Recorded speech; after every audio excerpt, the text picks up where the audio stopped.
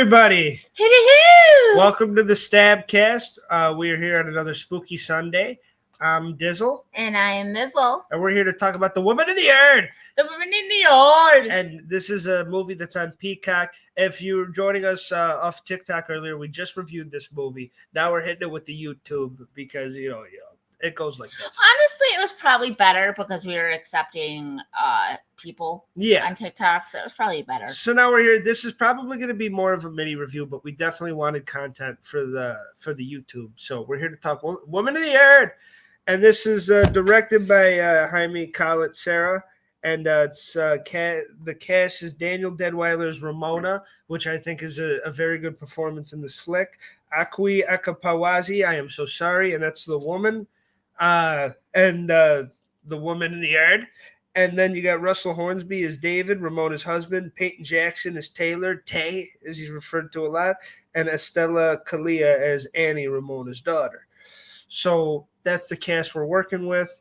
I do think this was a $12 million budget and only made 23 in the box office. I wouldn't say this was a huge success. 41-something or 48-something% on Rotten Tomatoes. So this movie got dragged a little bit. What's your initial thoughts on it? I thought that it tried way too hard to be like Babadook. Yeah. It tried way too hard to be elevated. Yeah. And to be like a grief monster and whatnot. And that's not the story. Yeah. The story was less about grief and more about family togetherness. Yeah. Not lying to your kids, sharing the family secrets, including them in your pain. Yeah. Because sometimes, I don't believe in having adult conversations with people, with kids. Yeah. But I do believe that kids should know when their parents are in pain. Yeah, absolutely. Like, if she's struggling, she should have said something. Yeah. So, she should have had a, one-on-one with both of them and been like, listen, mommy's not okay. Yes, I would agree. I do think that, and that's kind of what makes the relationship of the movie, and that's why the woman in the yard is there to take over, because she's letting her grief take over, and Ramona's character, it really helps make this movie work for me. For the little bit it does work. Like I said, this isn't one of my favorite scripts. This isn't no, one of my but Ramona plots. and Taylor save it. Yeah, their performances alone, I think, really bring this movie to light, and it really shows like a son and a mother that are in a grieving situation that are really just trying their best, but are flawed too. And you don't see too many flaws in Tay. He's a bushy-eyed kid that's just trying his best. Yeah. But you see a lot of flaws in Ramona, the mother, who is obviously going through a traumatic thing, and her husband's gone, and now she's, raising in this fixer-upper house. But her son's basically like, hey, you got to get it together. Yeah, because he's doing everything. He's raising the chickens, he's taking care of the dog, and he's making breakfast. He's doing all this shit while she's, looking at old videos. He don't even get to finish his breakfast. Mm-hmm. I felt so bad for him. He made everybody breakfast, and then he had to get up and go take the dog out. Yeah. Because he gave it human food. And he's like, I didn't know what to do. I didn't have dog food. Yeah. So I gave him food. He needed to eat. Because she's like, why didn't you give dog food? We don't have any. Which I think is a pretty good excuse. Go to the store. Yeah, get some fucking dog food, dude. What do you want me to do here? And then they we're going to get into spoiler territory. I think that, right around this time is when he's like, Mom, there's a woman in the yard. Mm-hmm. There's a woman in the yard, and there's this woman in like an all black cloak, kind of like a funeral wear, and she's sitting in a rocking chair, which is really weird. Cross-legged, like with the leg over the other one, and like a grandma, and she, looks very weird and creepy and scary, and I think that's the whole visual, and I think that's why this movie is a horror movie. Because you look at this movie and it's got some creepy shit about it, but it's more suspenseful and psychological. Yeah, it's a suspense drama. If you were to actually come up with a genre for it, that's what I would say. Is it is a suspense drama. The horror elements really just come from looking at this woman in this chair and being like, oh shit, that's scary. And the little accidents that they put through with her husband. Yeah. Every once in a while they'll show the car accident. Yeah, but that's something that would be showed in a drama too, Yeah.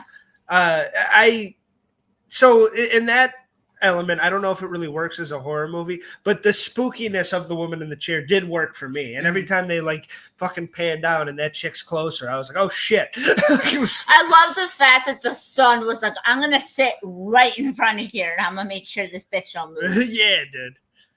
And it didn't work because she still did. But I think that's one of the only, that and the relationship with the mom and the son are the only couple things that work about this. Now the dog goes missing. She tries to get in her car and change the phone. She has a conversation with the woman in the yard, and where the woman's basically like, "Who are you? Today's the day." And the woman in the yard obviously knows more about the situation than we would think she should know if she's just a random. Yeah, she says today's the day that you're going to tell your kids about their daddy. Yeah. And, that scares the shit out of Ramona because we'll get into the twist in a few minutes here, but she doesn't want the kids to know what all happened. She'd rather they didn't fucking know. She'd rather they keep it in the dark. Yeah. She was shameful. So we basically, the next few scenes is them, her trying to, hey, keep everybody inside. Let's just ignore it. And Tay's obviously like, what the fuck? Why would we ignore it? There's a fucking woman in our yard. Our power's out. I'm scared. What are we going to do here? Let me go get Dad's gun. Yeah, let me get the gun. Let me go talk to the neighbors. Absolutely not. Let me get Dad's gun. And then it just came down to I'm getting Dad's gun. Yeah, I mean, she threw that mug at him, which I thought was really mean. I know she tossed it on the floor, but she kept throwing shit and breaking glass and shit to prove her point. And that's not a good way to do it. But, and Tay, obviously, he locks her in the one room, grabs the gun. I don't blame him for locking her up. Me either. Because, I mean, he's like, someone needs to take action. This bitch ain't taking any action. Let's fucking go. And that's when he goes out Because in his mind, she was old, so he thought, like, maybe she wandered away from a nursing home. Yeah. Or something. So he was actually genuinely trying to help her. Well, yeah, I don't think he thought, hey, maybe this is the fucking psychological embodiment of my mother's grief. I think he was just like, this is old bitch in the yard. It's weird. This is fucking creepy. So he aims the gun at her. She starts, walking towards him, which I thought was one of the more creepy scenes in the movie where I was like, oh, shit. Oh, hell yeah. Yeah. When she gets up and then she takes the thing off. And like I said, I don't know if we said it on this one, but we thought that they gave the twist away pretty early. They did. Because as soon as Ramona has that first conversation with the woman in the yard, you start to think that she is the woman in the yard. And this one, I mean, and it doesn't really give it away because the woman does look different and it's a different actress and everything. But, just what she says gives it away, gives the whole movie away. Yes. And, she tells the son, like, your mom's not telling you the truth. And he's like, what do you mean? And then I don't know if she's like about your daddy. Yeah. And then that's when he goes to his mom, unlocks the door and like tells her, like asks her, what's happened? up? What's the fucking truth? And she tells him, and what does she tell him, Mindy? She tells him basically, like, me and your father were having a really bad night. We were having a conversation. We got in an argument. I was drunk. I was driving. We were talking about having a divorce. Yeah. And I wasn't paying attention. Yeah. And then it flashbacks. And by the way, she was being a mega bitch at this dinner. I'd be like, split check, please. Like, she was pissing me off. And he's trying so hard. He's being such a sweet guy. And he's like, hey, you were in on moving. Can you tell me what the fuck's wrong? And then she's like, no, I'm not happy. Fuck you. And, and he's like, why are you not happy? I've done everything to make you happy. Yeah. And she's like, well, I'm not happy. And now I'm driving. And so she took the keys. She's driving. They get in this big accident. And that's the big reveal, is that she was the one driving and it was her fault. Yeah. And so that's what all this grief is about. That's what's building up in her head. And that's what's building up into the woman in the yard outside. And then the woman in the yard basically succumbs to the house with the whole shadow deal. And which is cool. It is cool, but that's when I start bitching because I start not being able to see what the fuck's going on. But it's okay. And the woman in and then they have that great conversation between the woman and the woman in the yard. The woman in the yard, but now she's the woman in the house. And she has a conversation with Ramona, and she lights up by these pictures, and she basically says, if you off yourself, your kids are going to be happy. Yeah. They're going to go on and get married and be successful. You're holding everything back. You need to fucking... And I do think that this did a pretty good job at showing, people's inner battles, and also that you need to overcome that shit, and that isn't the best way. The best way is to keep on going. And that was kind of the message that way. And that's what pissed me off about the ending of the movie is they're telling that message while also being like, but maybe there's other shit going. Like, maybe it wasn't. Maybe she's fucking dead. Yeah. Like, it's like, why do we need, you're telling a pretty cool message. Just tell the message instead of, hey, we really want a sequel, please. I agree. It shouldn't have been open-ended like that. Yeah. They should have just closed it. I mean, there really is nothing more they can do. Yes. With it, honestly, unless they're going to make a stupid-ass sequel. But that's what it's going to be, is a stupid-ass sequel. It's a stupid-ass sequel.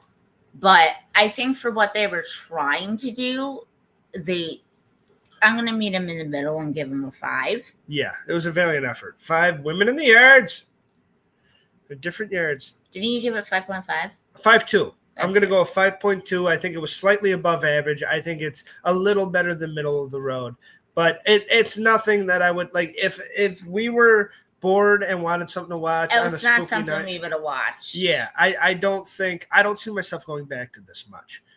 So I had this movie saved in my list, guys, for like a year, and this is the first time I touched it. This is one of those you can watch the trailer and be like, ooh, that looks creepy, and then just never watch it. It's better to just watch the trailer than watch the actual movie, because it does leave you with a sense of discipline. Like the Black Phone too, because I'm pretty sure that everything that was great was already in the trailer. Yeah, I mean, that trailer was like fucking 15 minutes long, it felt like.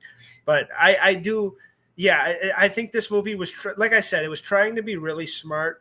I just don't think that the writing could keep up. No. And I don't think it was as smart as it was trying to be. It's actually a pretty, crinkle cut story, and it was trying to like make it complex and do all these things. I think it's shot extremely well, and that's kind of what gives it a lot of the points in mine. Because like I said, the cinematography, the visual of the woman in the yard looks fucking creepy. Yeah. And I think it does that job very well. But the plot and everything else, it falters. Yeah. It's basically the ambiance and the performances, and that's all this movie has to its name. Yeah. So storyline fell flat, unfortunately. Yeah, I'm gonna give it a 5.2. Mindy's gonna go 5. Let me see what we should do next week. Oh God. This is when I get nervous, ladies and gentlemen, when I don't have one lined up for next week, and Data's like, oh, let me see what we can do. Let me see what we got. There's got to be something. All right. Did that. How about Borderline from 2025? Samara Weaving. We like her. Oh, I love her. What's it about? It's a psychological thriller as a young pop star, Sophia, whose routine business trip spirals into paranoia. I saw that. It's really good. All right. So when was it from?